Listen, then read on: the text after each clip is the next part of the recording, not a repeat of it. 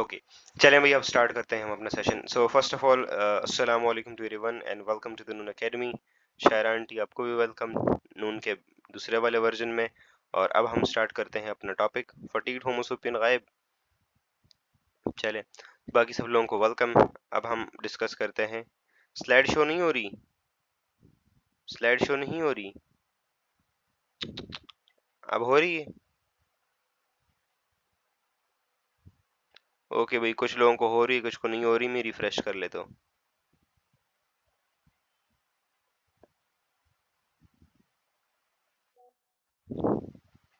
Okay, now visible. आप सब लोगों को विजिबल स्लाइड। आज की क्लास का जो टॉपिक है हमारे पास वो है रीनल डायलिसिस।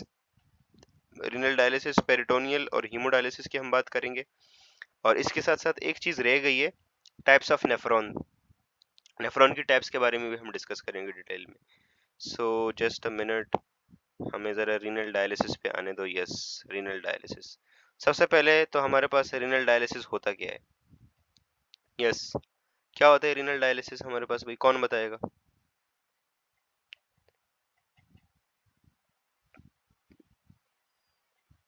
सईद जहर फर्स्ट चैप्टर ही चल रहा है, फर्स्ट चैप्टर ही चल रहा है अभी।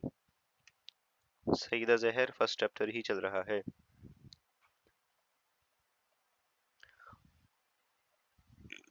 ओके, सो हमारे पास रीनल डायलिसिस क्या होता है। ऐसा प्रोसेस जब हमारे पास हमारा किडनी प्रॉपर तरीके से हमारे ब्लड में से जो नाइट्रोजनियस वेस्ट है और जो टॉक्सिन्स है उसको कंप्लीटली एक्सक्रीट एक्सक्रीट आउट करने में अनेबल हो, तो फिर हमें एक आर्टिफिशियल तरीके की ज़रूरत पड़ती है, एक आर्टिफिशियल प्रोसीजर की ज़रूरत पड़ती है, जिसके थ्रू हम ब्लड में से क्या करते हैं, जो नाइट्रोजनियस वेस्ट होता है और जो टॉक्सिन्स होते हैं उन्हें हम ब्लड में से निकालते हैं बाहर। इसी आर्टिफिशियल तरीकों को हम कहते हैं रीनल डायलिसिस। ठीक है, तो क्या है भाई, the artificial procedure to filter the toxin from the blood when kidney are unable to work properly is called renal dialysis.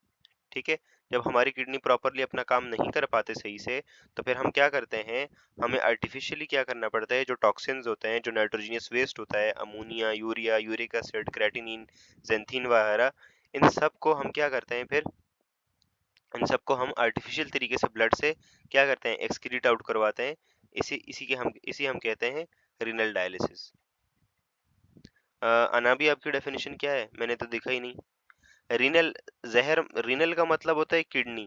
जहां पे भी वर्ड रीनल आ जाए ना, renal transplant, renal failure, renal dialysis, तो रीनल का मतलब होता है किडनी। ठीक है, किडनी, तो इट्स अबाउट किडनी। अनाबी, आपकी क्या डेफिनेशन है।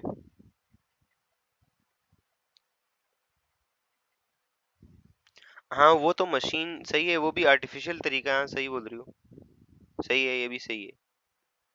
चैप्टर का नाम होम्योस्टेसिस है, पहले ही चैप्टर है ये, पहला ही चैप्टर होम्योस्टेसिस। जहीरा, आपको अभी तक चैप्टर का नहीं पता चला कि कौन सा है। होम्योस्टेसिस ही चल रहा है, पहला चैप्टर ही चल रहा है। ठीक है, ओके। सो यहाँ पे ये अंकल हैं, यहाँ पे ये मशीन लगी हुई है और यहाँ पे इनका डायलिसिस हो रहा है, ये देखिए। ठीक है, स्लाइड शो नहीं हो रही रिमशा को। ओके भाई, रिफ्रेश कर लेता हूँ, मैं यही कर सकता हूँ। ओके,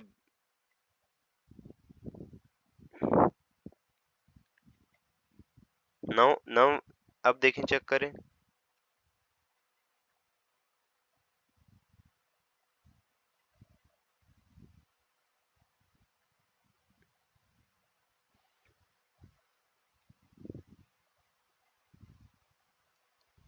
यस, अब विजिबल है। अब देखें, अब विजिबल है स्लाइड्स। ओके, चलें, दैट्स गुड। सो यहाँ तक डेफिनेशन क्लियर है ना, रीनल डायलिसिस की डेफिनेशन क्लियर है।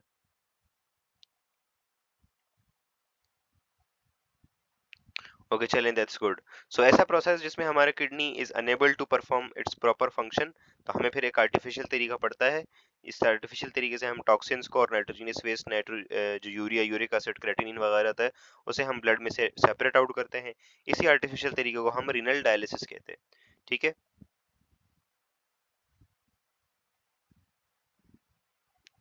ज़हीरा, मेरा नेटवर्क सही नहीं होता तो मेरी आवाज़ में भी मसले होते हैं, मेरी बाकी चीज़ों में भी मसले होते हैं। अब बहुत सारे बच्चों को सही आता है, 1-2 का मसला होता है। अगर मेरी तरफ से होता तो फिर सबको नहीं ये नज़र आता ना। मैंने तेज़ वाला नेटवर्क लगाया हुआ है, मैं कमज़ोर नहीं, गरीब नहीं हूँ मैं। आप क्या बोलना चाह रही ज़हीरा कि आई एम गरीब पर्सन? ओके चलें, खैर जस्ट किडिंग। हाँ, तो मैं रिफ्रेश किया है ना, रिफ्रेश किया है तो अब उनको विज़िबल है। अब कई बार ऐसा होता है कि सही से नज़र नहीं आता। ओके, अब जो रीनल डायलिसिस है ना उसकी 2 टाइप्स हैं। रीनल डायलिसिस क्लियर है ना? जस्ट किडिंग, मैं मज़ाक कर रहा हूँ, ऐसा ना हो सीरियस ना ले लें आप लोग। सो रीनल डायलिसिस की हमारे पास 2 टाइप्स हैं। Zahira, I am just kidding, tension नहीं लो। मेरी तरफ से, मेरे एंड से कोई मसला नहीं है। अगर मेरे एंड से कोई मसला होता तो सबको ही प्रॉब्लम होती फिर, ठीक है? 1-2 को नहीं होती। ओके, सो हमारे पास देखें रीनल डायलिसिस की 2 टाइप्स हैं। नंबर 1 हमारे पास एक है हीमोडायलिसिस और एक दूसरी टाइप है जिसे जिसे हम कहते हैं पेरिटोनियल डायलिसिस। तो नेक्स्ट स्लाइड में यहाँ पे दिस इज पेरिटोनियल डायलिसिस। तो पहले हम रीनल डायलिसिस को हीमोडायलिसिस को कवर करते हैं जरा कि हीमोडायलिसिस क्या कहता है। तो हीमोडायलिसिस देखें हमारे पास ऐसा प्रोसेस है कि जो हॉस्पिटल में होता है, ठीक है? और इसमें एक मशीन होती है, ठीक है? ये वाला प्रोसेस हॉस्पिटल्स में होता है और इसमें एक हमारे पास एक मशीन होती है विच इज कॉल्ड डायलिसिस मशीन। तो यहाँ पे डायलिसिस मशीन का यूज होता है, ठीक है? और ये वाला प्रोसेस हॉस्पिटल में ही हो सकता है।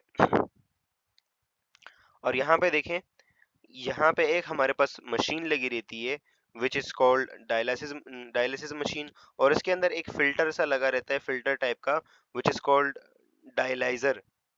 और इस डायलाइजर को हम आर्टिफिशियल किडनी भी कहते हैं, ठीक है? This dialyser is also known as artificial kidney, MD CAT में पूछा जा सकता है, तो नोट करें अपने पास। हाँ, शान रमजान अनाबिया, पढ़ाई पे ध्यान नहीं है, शान रमजान पे ध्यान है। ओके, सो इसमें देखिए हमारे पास क्या करते हैं हम ना, 2 ट्यूब्स लेते हैं, ठीक है? दो ट्यूब्स इंसर्ट करते हैं पेशेंट के जस्ट आर्म के अंदर, या आर्म के अंदर ना हो तो नेक रीजन जो होता है। तहीरा क्या रिपीट करूं? जो हीमोडायलिसिस है हमारे पास, हीमोडायलिसिस ऐसा प्रोसेस है जो हॉस्पिटल में होता है। नंबर 1, इसमें एक मशीन का यूज होता है विच is called dialysis machine. Dialysis machine के अंदर हमारे पास एक इस तरह का इस तरह का हमारे पास एक सेटअप होता है, ठीक है? Filter type which is called dialyser, and dialyser is also known as artificial kidney. Okay, अच्छा एक चीज और होती है यहाँ पे, डायलासेट, ठीक है? डायलासेट, यहाँ पे देखें डायलासेट। तो इस डायलासेट की जरा देख लें कि ये डायलासेट क्या चीज है। ये डायलासेट क्या होता है हमारे पास? डायलासेट हमारे पास ना एक लिक्विड होता है, ठीक है? एक लिक्विड होता है या फ्लूइड होता है, ठीक है? फ्लूइड। इसकी कॉम्पोजिशन बिल्कुल ब्लड की तरह ही होती है। कॉम्पोजिशन कैसी होती है? बिल्कुल एज इट इज ब्लड की तरह होती है, कॉम्पोजिशन ब्लड की तरह होती है। बस एक चीज इसके अंदर नहीं होती, जो नाइट्रोजीनियस वेस्ट होता है ना, nitrogenous waste, urea, uric acid, creatinine, ये सारे जो नाइट्रोजीनियस वेस्ट है ना, ये इस डायलासेट के अंदर नहीं होता। अज्यूम करो ये डायलासेट है, तो डायलासेट की बोतल लेट्स सपोज, ठीक है? तो डायलासेट के अंदर क्या है? कॉम्पोजिशन एग्जैक्टली ब्लड की तरह है। कॉम्पोजिशन क्या है? कॉम्पोजिशन एग्जैक्टली नहीं, आर्टिफिशियल ब्लड नहीं है, कॉम्पोजिशन ब्लड की तरह है। मतलब जो ऑस्मोलैरिटी और ऑस्मोटिक प्रेशर वगैरह है ना, वो ब्लड ब्लड की तरह है। और इसमें एक चीज नहीं होती जो हमारे पास क्या होता है, मतलब urea, uric acid, creatinine, हाइपोजेंथीन, ammonia, ये सारे, ये सारे जो नाइट्रोजनस वेस्ट होते हैं ना, इस लिक्विड के अंदर नहीं होते, ठीक है? डायलासेट के अंदर नहीं होते। तो डायलासेट क्या है? हमारे पास एक फ्लूइड होता है, इसकी कॉम्पोजिशन मतलब ब्लड के बराबर होती है। इन दैट सेंस नहीं कि भाई एग्जैक्टली जैसे जिस जो चीज ब्लड के अंदर है तो वही इसके अंदर होंगी, ऐसा नहीं है। ऐसा करेंगे तो भाई मतलब उस दूसरी साइड पे भी फिर ब्लड ही होगा, ऐसे ही अज्यूम करें हम, तो ऐसा नहीं होता। बस इसका जो ऑस्मोटिक प्रेशर वगैरह होता है और ये जो कंसंट्रेशन इन टर्म्स आप बोल सकते हैं, वो ब्लड की तरह की होती है, ठीक है? बस एक चीज नहीं होती, ब्लड में हमारे पास यूरिया, यूरिक एसिड, क्रेटिनिन, ये सारी चीजें हो जाती हैं, लेकिन इसके अंदर ये सारी चीजें नहीं होती।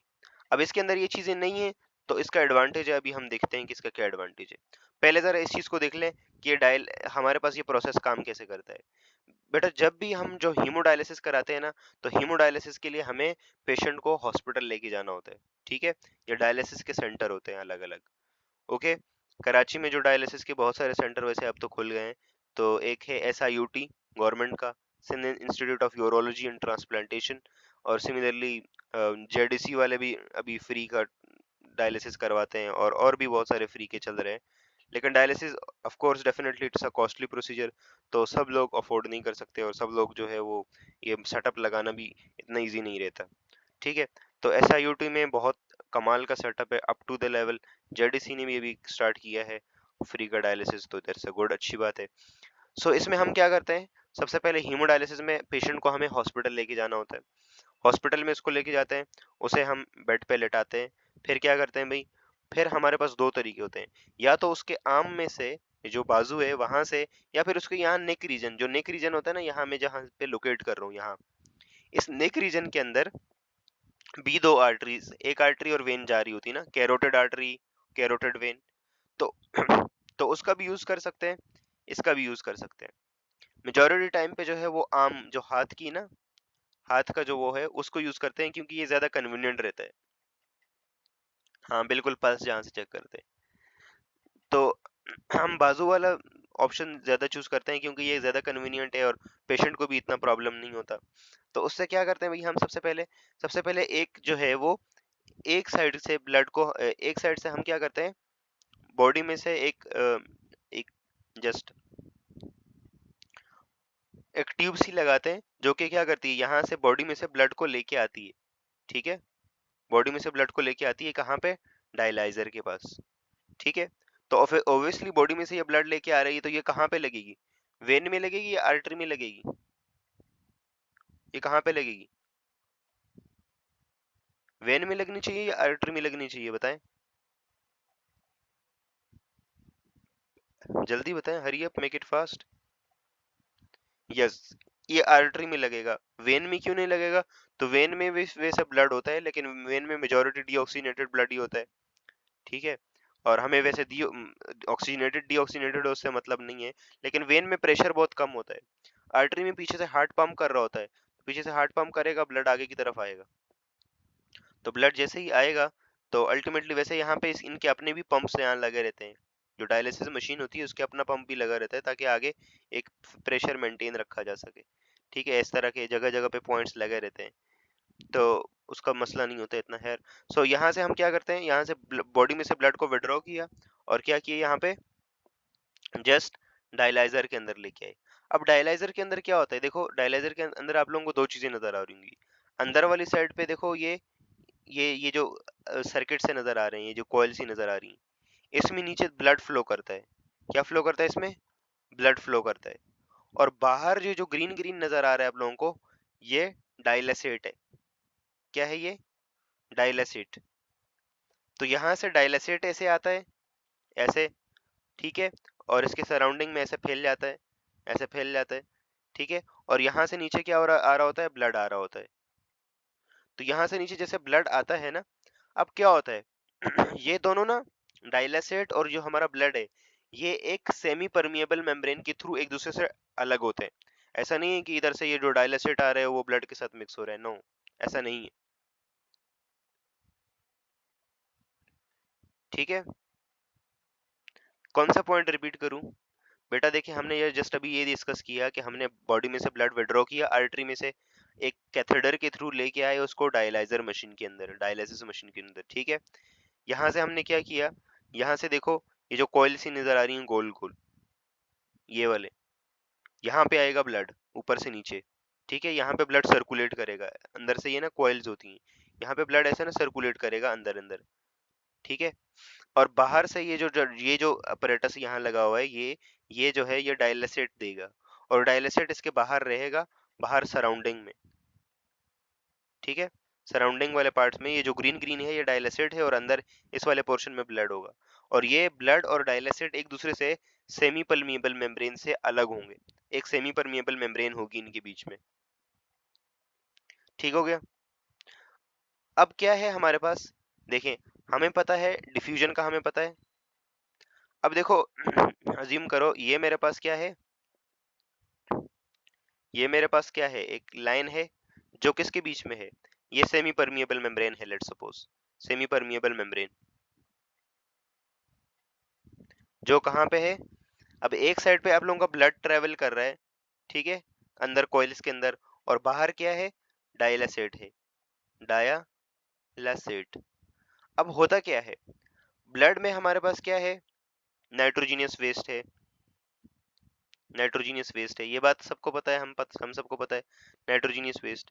इस नाइट्रोजीनियस वेस्ट में क्या है भाई, इसमें NH3 है, अमोनिया, यूरिया, यूरिक एसिड है, ओके, क्रेटिनिन है, क्रेटिनिन है। तो ये सारा का सारा क्या है हमारे पास, नाइट्रोजीनियस वेस्ट। अब इस साइड पे ये सारा नाइट्रोजीनियस बेस है। अब डायलासेट में मैंने कहा था आप लोगों को, यहाँ पे ये नाइट्रोजीनियस बेस है या नहीं है, डायलासेट के अंदर, ये डायलासेट वाली साइड की बात करें तो यहाँ पे नाइट्रोजीनियस वेस्ट है या नहीं है, बिल्कुल भी नहीं है। और ये किसके थ्रू एक दूसरे से डिफरेंट है, एक सेमी परमिएबल मेम्ब्रेन के थ्रू डिफरेंट है, एक दूसरे से डिफरेंशिएट किया हुआ इनको हमने। अब हमें पता है कि एक साइड पे जब मॉलिक्यूल की कंसंट्रेशन ज्यादा होती है तो वो क्या करते हैं, वो डिफ्यूजन का यूज करके या ऑस्मोसिस का यूज करके दूसरी साइड पे आ जाते हैं, यह हमें पता है, यस बिल्कुल पता है। तो अब क्या होता है, इस साइड पे जो ब्लड वाली साइड है, इस पे क्या है, इसमें जो अमोनिया है उसकी कंसंट्रेशन ज्यादा है, तो अब अमोनिया जाहिर सी बात है हायर कंसंट्रेशन से कहाँ जाएगा, लोअर कंसंट्रेशन में आएगा, तो इधर से यहाँ आ जाएगा अमोनिया, NH3 इधर आ जाएगा, सिमिलरली यूरिया भी इधर आ जाएगा, सिमिलरली यूरिक एसिड भी इधर आ जाएगा, यूरिक एसिड भी इधर आ जाएगा, डिफ्यूजन के थ्रू सारी चीजें इधर आ जाएंगी, क्रेटिनिन भी इधर आ जाएगा, क्रेटिनिन भी इधर आ जाएगा। ठीक है, तो सारी चीजें तो जो नाइट्रोजीनियस वेस्ट है वो सारा का सारा क्या हो गया, NW में लिखता हूँ नाइट्रोजीनियस वेस्ट के लिए, सही है। तो NW सारा का सारा, जो सारा का सारा नाइट्रोजीनियस वेस्ट है वो कहाँ आ गया, ब्लड में से कहाँ आ गया, ब्लड में से आ गया वो सेमी परमिएबल मेम्ब्रेन को पास करते हुए कहाँ आ गया, डायलासेट के अंदर आ गया। अब बाकी जो चीजें हैं ब्लड का प्लाज्मा में, बाकी सोडियम है, पोटाशियम है, बाकी सारी चीजें हैं, क्या वो आएंगी इधर, वो आएंगी इधर। अब सवाल ये बनता है, या ब्लड के सेल्स तो वैसे नहीं आ सकते, सेल प्रोटीन्स वो नहीं आ सकते, उनका साइज बड़ा होता है, लेकिन उससे जो छोटी चीजें हैं जैसे हार्मोन्स हो गए, कुछ कुछ केमिकल्स हो गए, सोडियम, कैल्शियम, पोटाशियम, वो भी तो कंसंट्रेशन ग्रेडियंट के अक्रॉस जा सकते हैं ना, तो क्या ऐसा हो सकता है, अब आप लोगों से सवाल है मेरा, ऐसा है, ऐसा हो सकता है, ऐसा पॉसिबल है, बताएं भाई। नहीं, वाई तहीरा ऐसा कैसा पॉसिबल नहीं है, क्यों, वो तो डायलिसिट में है ऑलरेडी, हाँ वेरी गुड, सही है, सही है, फटीग्ड होमो सेपियन बिल्कुल। सो डायलासेट के अंदर ना एक्चुअली में कंसंट्रेशन क्या है, जो हमने चीजें रखी है ना, वो बिल्कुल ब्लड की कॉम्पोजिशन के एग्जैक्टली बराबर होता है। अब ब्लड की कॉम्पोजिशन के बराबर होता है तो फिर बाकी की चीजें जो है सोडियम, पोटेशियम क्लोराइड, ये सारी चीजें इधर ट्रेवल नहीं करती, ठीक है।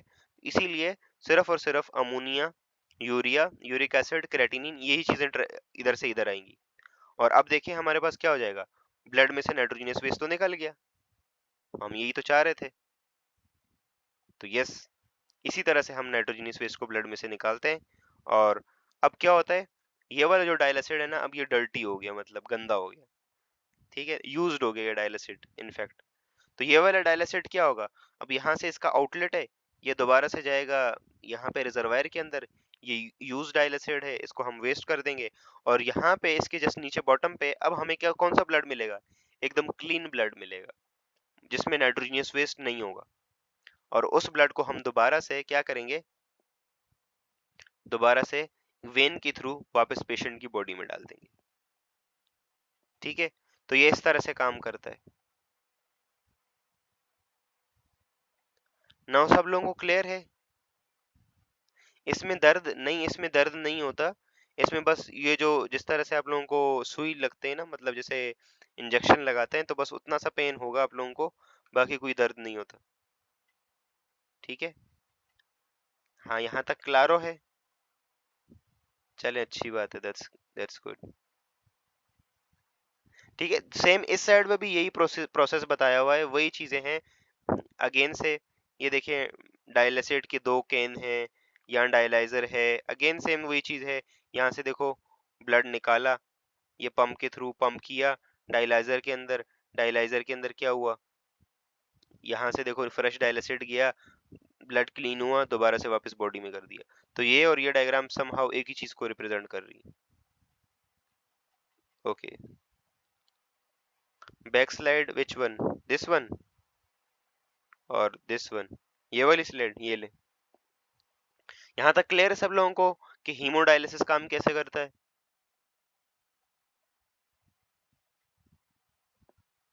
हीमोडायलिसिस कैसे काम करता है यहाँ तक क्लियर है? ओके जहीरा आपको क्लियर है, लाइब्रेरी आपको, आंटी आंटी को तो क्लियर ही होगा, 3-4 बार तो पढ़ चुके। सईदा जहर, सईदा जहर क्या क्लियर नहीं है आपको? क्या क्लियर नहीं है? सईदा जहर क्या चीज समझ नहीं आई आपको, बताएं जस्ट।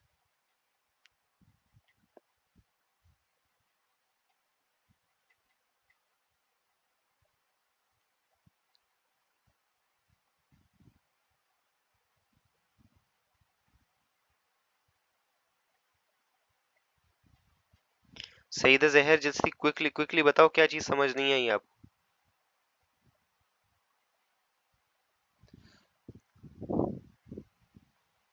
नून हैंग हो रहा है,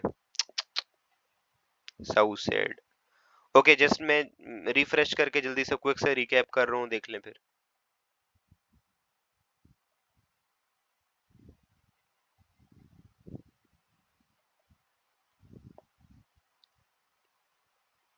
आज बच्चे कम है, नाउ सब लोगों को ऑडिबल और विजिबल?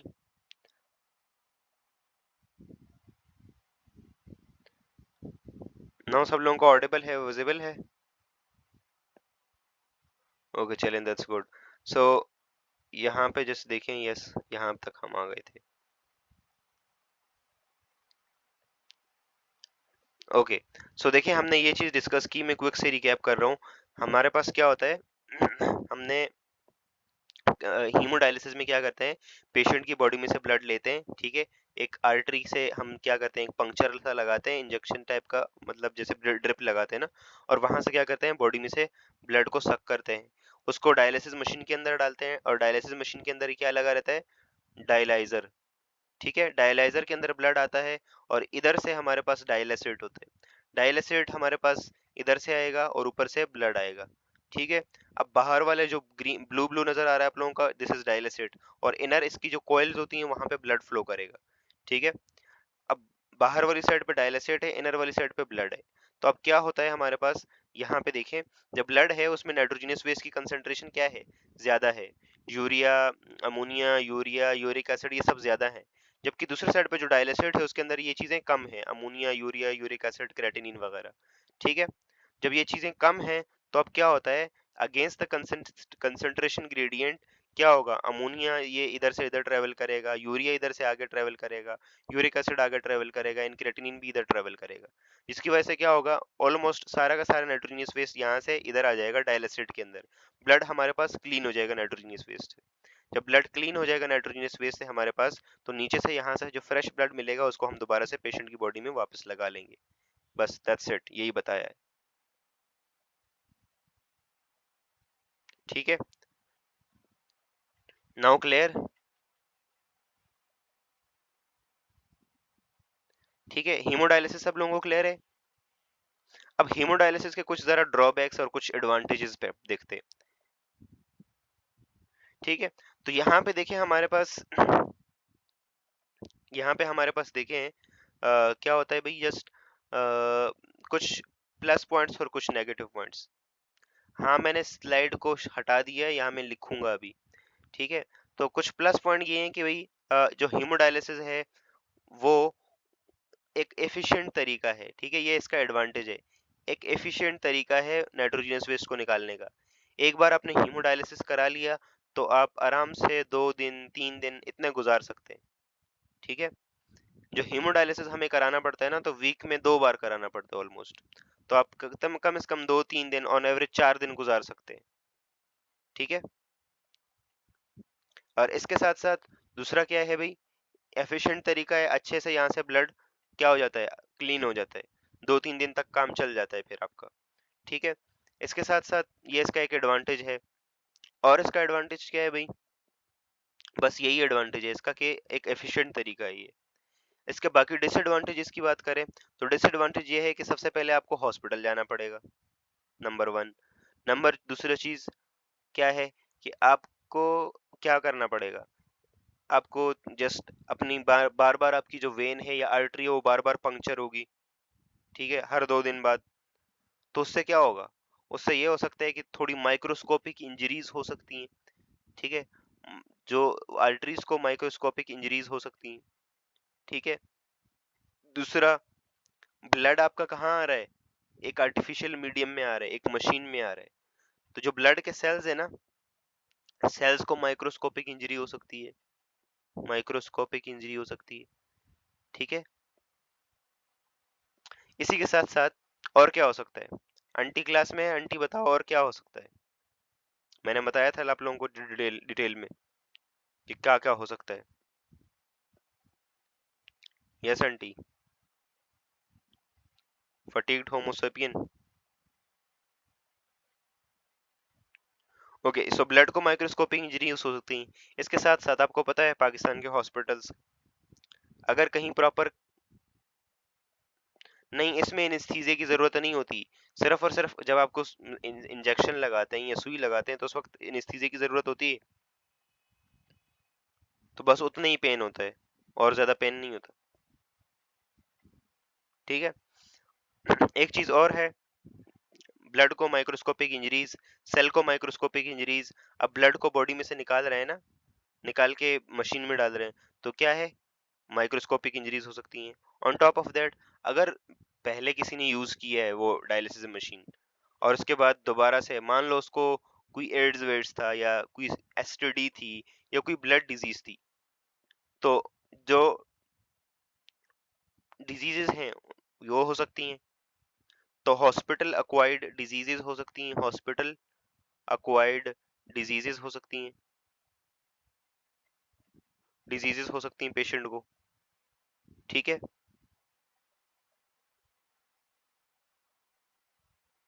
ठीक है, एंड इसी के साथ साथ एक और चीज कि हमारे पास यहाँ पे इन्फेक्शन का चांस बहुत ज्यादा होता है, क्योंकि बार बार हॉस्पिटल जा रहे हैं ना, तो हॉस्पिटल तो जगह ही इन्फेक्शन की होती है, वहां पे बहुत सारे, तो साइड से कोई इन्फेक्शन हो सकता है क्योंकि बार बार पंक्चर हो रही है उसकी वेन आर्टरी। तो ये 4 5 क्या है इसके लूप होल्स हैं, ये इसके डिसएडवांटेजेस हैं, ये इसके डिसएडवांटेजेस हैं। हाँ, जर्म्स बहुत होते हैं।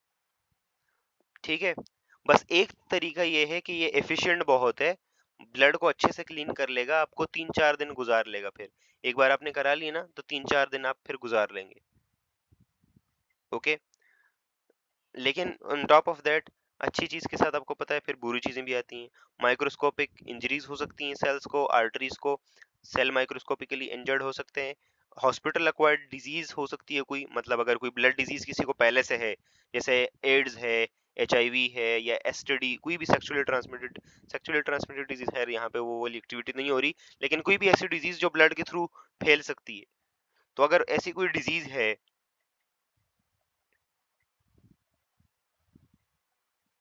शेजान आप अपना ईमेल एड्रेस शेयर कर दो, आपको जस्ट विल, ठीक है, ज्यादा यहाँ बता नहीं सकते। और इसके साथ साथ हॉस्पिटल एक्वायर्ड इन्फेक्शन हो सकते हैं और हॉस्पिटल एक्वायर्ड इन्फेक्शन हो सकते हैं।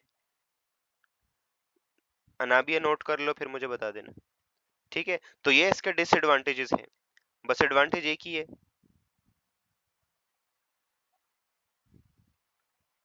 ठीक है, यहाँ तक क्लियर है सब लोगों को,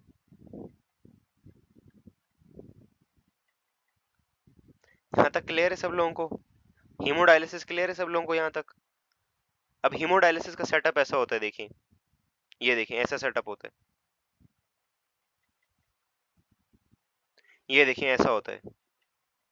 ये पेशेंट है, ठीक है, और ये देखिए इसके बॉडी में से ब्लड ये देखो निकाल रहे हैं।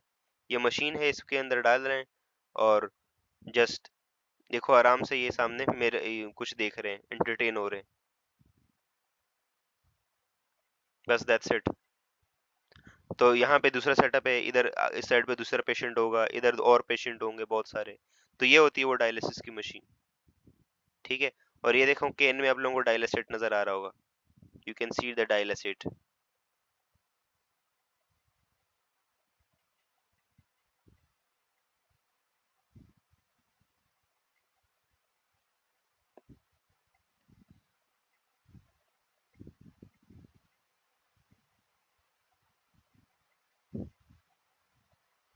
नाउ विजिबल स्लाइड आप सबको विजिबल है?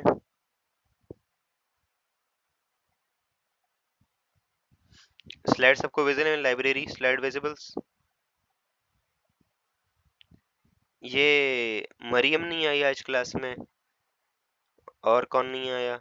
जहर सलीम, वो नहीं आई।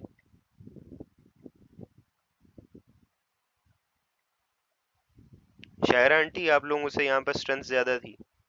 खंसा भी नहीं आई, यस खंसा।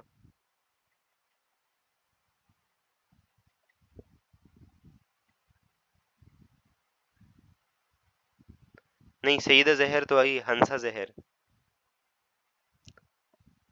मैं बोल रहा हूँ आप लोगों की क्लास से यहाँ पे स्ट्रेंथ ज्यादा है। 15-16 बच्चे आते थे डेली। आप लोगों की क्लास में भी वैसे आते थे। हाँ बात तो अच्छी है। सो यहाँ पे देखें ये पूरा सेटअप आप लोगों को नजर आ गया कैसा होता है हीमोडायलिसिस का। अब हीमोडायलिसिस के मैंने लूप होल्स भी बता दिए आप लोगों को, एडवांटेजेस भी बता दिए, डिसएडवांटेजेस भी बता दिए, ठीक है। हाँ बिल्कुल ऐसे ही है। इंग्लिश की क्लास में सबसे ज्यादा 15-16। देखिए इंग्लिश की क्लास सबके लिए होती है, इंजीनियरिंग प्री मेडिकल सब। यहाँ देखिए अल्हम्दुलिल्लाह अच्छी बात है, लेकिन यार अब नून के मसले ही इतने ज्यादा हो रहे हैं, बच्चे फिर बोर हो जाते हैं।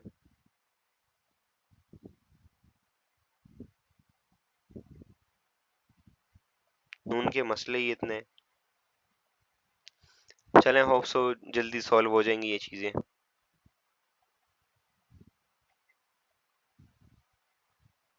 हाँ ऐसे ही है तहीरा, नून के मसले हल हो जाए ना तो फिर तो अच्छी स्ट्रेंथ आ जाएगी।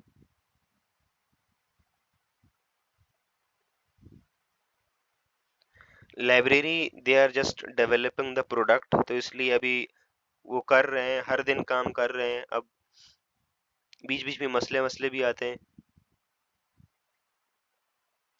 पुरानी ऐप पे शिजान, देखो पुरानी ऐप पे इसलिए नहीं हो रहा ना कि वो, मैंने जस्ट पूछा टेक वालों से तो वो बोल रहे हैं कि भाई पुरानी ऐप पे जिस ये है कि उसमें कोई चीज़ चेंज करो ना, वैसे तो overall the app was good, लेकिन कोई चीज़ चेंज करो कोई एक चीज़, तो उसमें से ना बहुत सारी चीज़ें इफेक्ट पड़ जाती थी। और उसमें जो कोडिंग वगैरह उन्होंने की थी वो बहुत लंबे लंबे कोड्स, तो वो थोड़ा डिफिकल्ट था चीज़ें चेंज करना। ये वाली चीज़ ये डेवलप कर रहे हैं, इसीलिए आप लोगों को ये पूरा सेशन फ्री का दिया है कि चलो भाई प्रोडक्ट की टेस्टिंग हो रही है।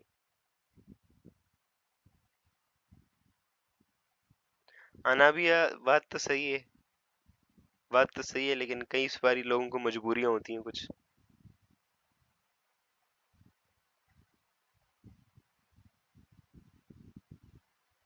हाँ हाँ पूरा सिलेबस नवंबर तक, पूरा syllabus free of cost, free.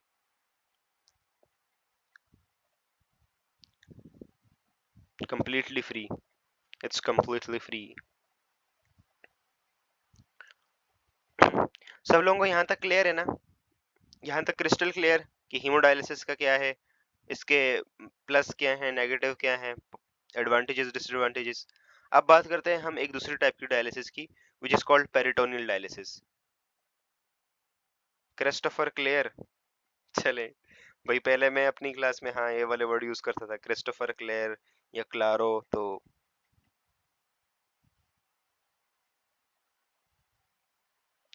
हाँ ये बात तो है। ओके, चले होप सो यहाँ तक हीमोडायलिसिस आप लोगों को क्लियर हो गया होगा। अच्छा, हीमोडायलिसिस में एक चीज और है, एक चीज जरा गौर से सुन ले। हमारी हमारी बॉडी में कितना ब्लड होता है ऑलमोस्ट ऑन एवरेज? एक अडल्ट की बॉडी में कितना ब्लड होता है ऑन एवरेज? हमारे एक अडल्ट की बॉडी में कितना ब्लड होता है? जल्दी से बताएं, hurry up, make it fast. पता नहीं? और बताएं भाई।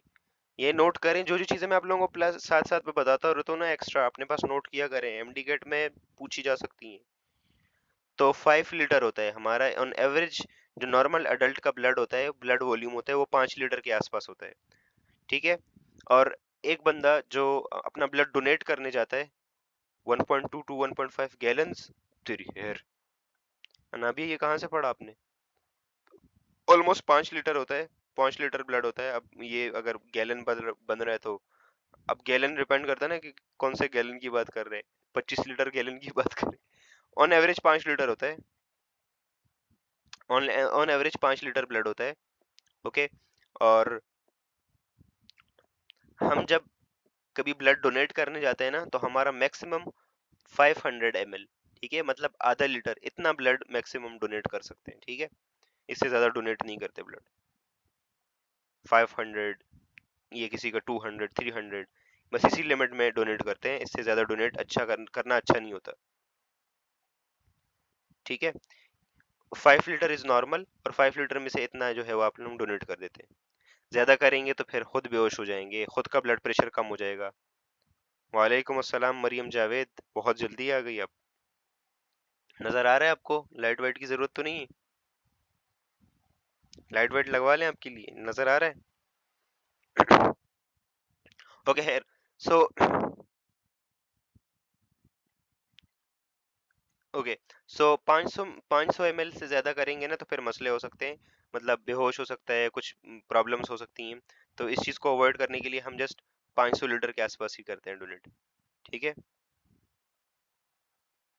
पॉइंट्स में नहीं नापते भाई, एमएल लीटर के अंदर नापते हैं। वॉल्यूम है तो लिक्विड है तो वॉल्यूम से नापते हैं डेफिनेटली।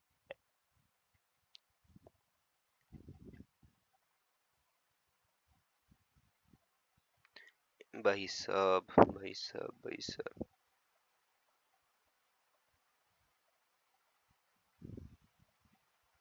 सो अब एक सवाल बनता है कि क्या ये 5 का 5 लीटर एक बारी में बॉडी में से निकाल के मशीन में डालते हैं और फिर साफ होके फिर आता है ब्लड? अब सवाल है ये। ओके, नाउ क्वेश्चन यहाँ पे ये अराइज होता है कि 5 लीटर, हमारी बॉडी में 5 लीटर है। 500 ml हम यूजुअली जब डोनेट करते हैं किसी को ब्लड, तो इतना डोनेट करते हैं हम। ठीक है। 5 लीटर होना चाहिए बेटा, मरियम 5 लीटर होना चाहिए। ठीक है। और अब अगर हम यहाँ से क्या करेंगे, अगर ये डायलिसिस कर रहे हैं तो इसमें से क्या 5 लीटर ब्लड निकाल के मशीन में डालेंगे, फिर मशीन 5 लीटर साफ करके बॉडी में डाल देगी? ऐसा होगा ना? ऐसा ही होगा ना? फिर कैसे होगा तहीरा? 5 लीटर डायरेक्ट निकाला, एक ही बार में साफ करके डाल दो ना, क्या बार बार में झंझट थोड़ा थोड़ा करोगे? एक बार में निकाल कर डाल दो, सिंपल। क्यों, ऐसा क्यों नहीं होगा? बहुत सारे बच्चे ऐसा समझते हैं कि ऐसा होगा, कि सारा ब्लड निकाला बॉडी में से, सारा कुछ हो जाएगा, अब दोबारा वापस डाल दो।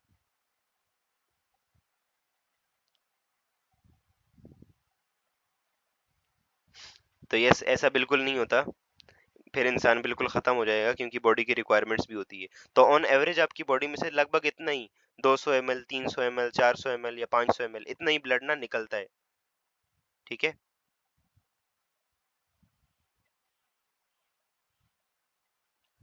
ठीक है। तो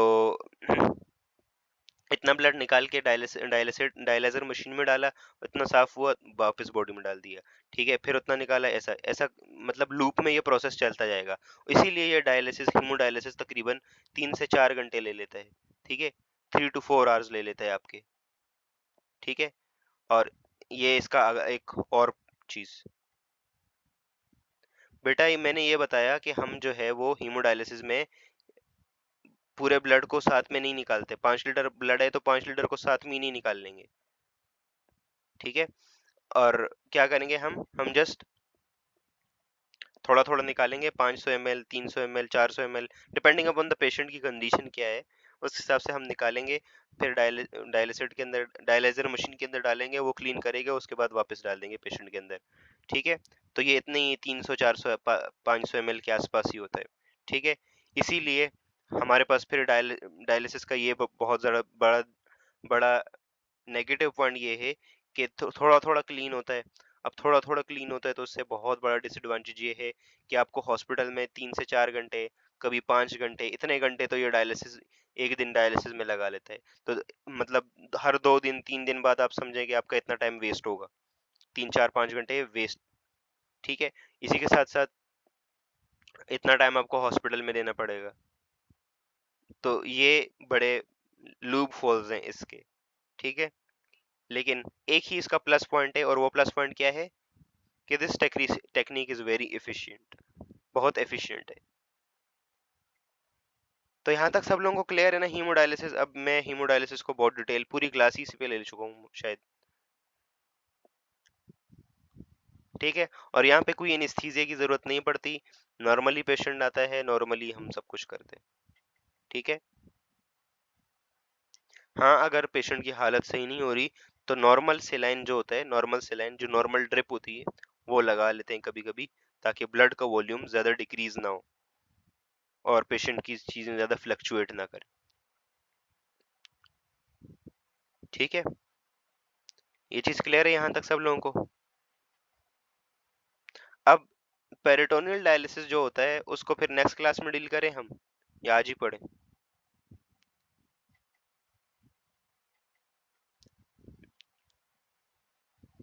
कल चलें, पेरिटोनियल को कल करते हैं। लेकिन तब तक आप लोग हीमोडायलिसिस की ना जितने भी प्लस पॉइंट्स हैं, नेगेटिव पॉइंट्स हैं, ये आप लोगों का होमवर्क है। ठीक है, इसको जरा करके लेके आना और फिर इसको डिस्कस करेंगे। कल की क्लास में हम हीमोडायलिसिस डिस्कस करके इन दोनों को कंपेयर करेंगे कि कौन सी टेक्निक ज़्यादा अच्छी है, पेरिटोनियल अच्छी है या हीमोडायलिसिस अच्छी है। ठीक है, दोनों को डिटेल में डिस्कस करेंगे। मरियम, ये चैप्टर अभी ख़त्म, अभी इसका सिर्फ और सिर्फ एक पोर्शन कंप्लीट हुआ है, इसमें बहुत टाइम लगेगा अभी। अभी इंशाल्लाह हाँ मैं सोच रहा हूँ स्पीड थोड़ी बढ़ाऊंगा। सो 18 हो गई है तो यस, इसमें अब स्पीड बनानी पड़ेगी थोड़ी सी मुझे। हाँ स्पीड फास्ट करनी करेंगे अब थोड़ी सी। मैं बहुत डिटेल बताने लगता हूँ ना फिर, इस वजह से थोड़ा सा डिटेल साइड पे चले जाता हूँ, वरना बुक में हीमोडायलिसिस जस्ट 2-4 लाइंस हैं एंड बस दैट्स इट। ये होता है, ये होता है, ये होता है, बस दैट्स इट, खत्म।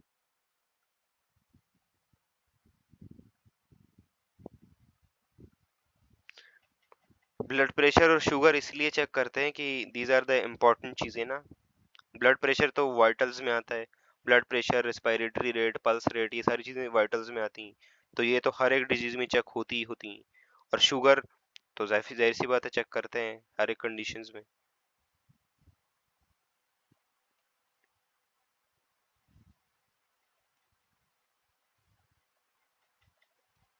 ठीक है, अच्छा आप लोगों का होमवर्क है, आप लोगों ने पेरिटोनियल डायलिसिस को भी देख के आना है कि कौन सी टेक्निक ज़्यादा अच्छी है। मैं नेक्स्ट क्लास में पूछूंगा आप लोगों से, पेरिटोनियल अच्छी है या रीनल अच्छी, हीमोडायलिसिस अच्छी है। ठीक है, चलें तहीरा, होप सो अच्छी बात है कि आप लोगों को मज़ा आया हो। आप लोगों को मज़ा आया तो अच्छी बात है। ठीक है, जी जी किया हुआ है, किया हुआ है, मरीम नवाज किया हुआ है।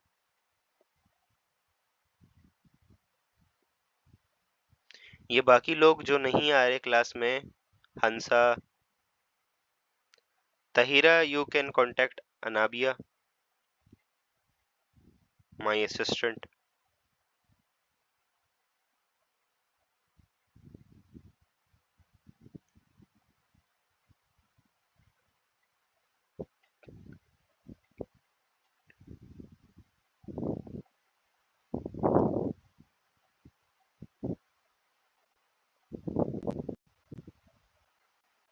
ओके,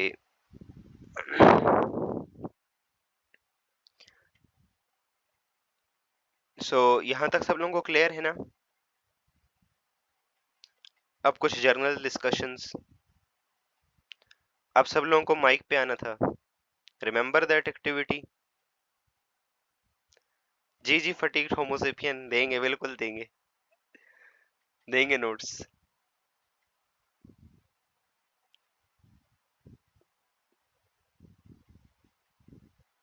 ठीक है, तो अब माइक पे आना है सब लोगों ने, जो मैंने लास्ट टाइम किया था।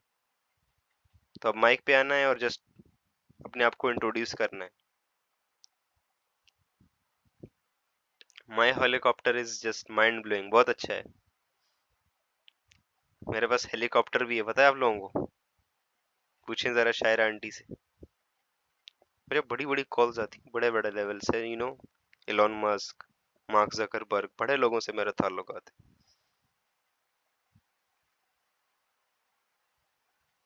पहुंचे, अपनी पहुंचे। ना भी ये खिलौनों वाला नहीं भाई, ओरिजिनल वाला।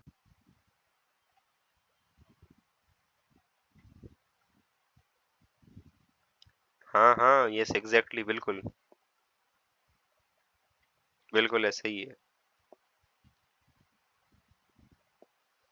अब कौन आ रहा है माइक पे यार? अपना इंट्रोडक्शन कौन देगा? चले फटीग होमोसेपियन आप ही आओ और सर अपने जूनियर्स को गाइड करो, मतलब इंट्रोडक्शन दो अपना।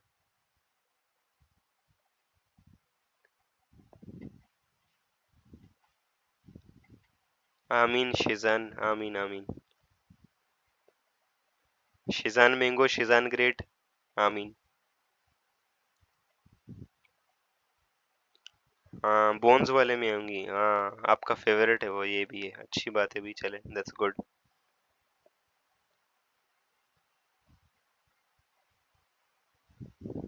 ओ, टेस्ट बना रही हैं, चलें दैट्स गुड।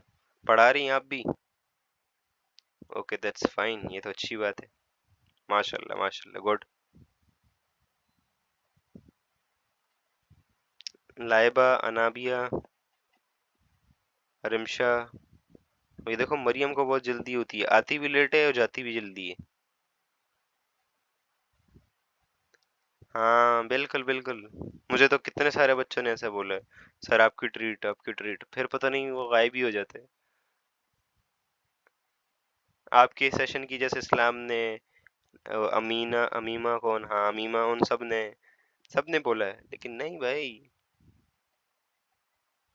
नहीं यार, कमाई क्या ही है। यहाँ क्वेश्चन, यहाँ पे यहाँ पे अभी वैसा मतलब वो नहीं है, सभी ऑलमोस्ट पूछ लेते हैं एक एक दो दो क्वेश्चंस। ऑलमोस्ट पूछ लेते हैं एक एक दो दो क्वेश्चन, सभी पूछ लेते हैं।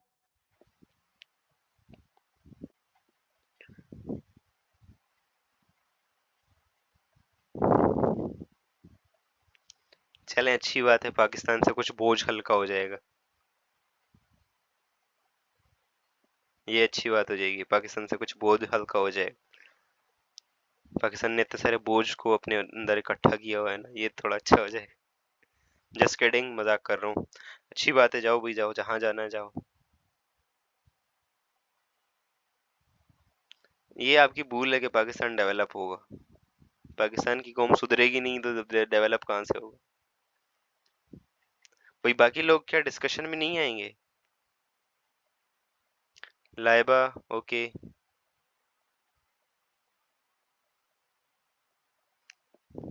जी बिल्कुल, शेजान ऐसे ही है। जी जी, फटीक होमोसेपियन, बिल्कुल definitely. Thank you so much. एक बल्ब पे लगा के रोशन करते हैं नाम, और एक।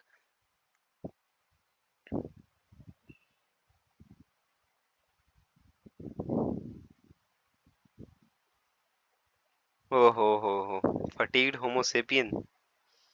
शुक्रिया आपका, बहुत बहुत शुक्रिया। चलें इंशाल्लाह, होप सो। हम तो इसी दिन का इंतजार कर रहे हैं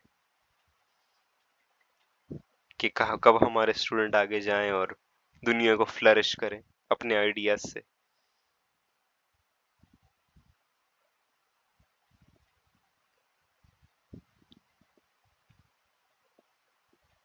मरियम क्या बोल रही हो आप?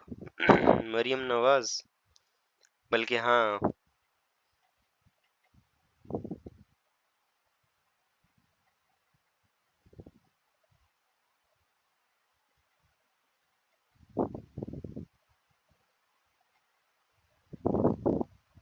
असाइनमेंट असाइनमेंट दिया है कि रीनल डायलिसिस और पेरिटोनियल डायलिसिस के बीच में डिफरेंस,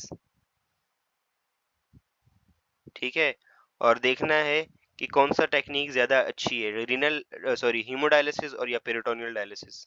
ये होमवर्क है जस्ट, ठीक है।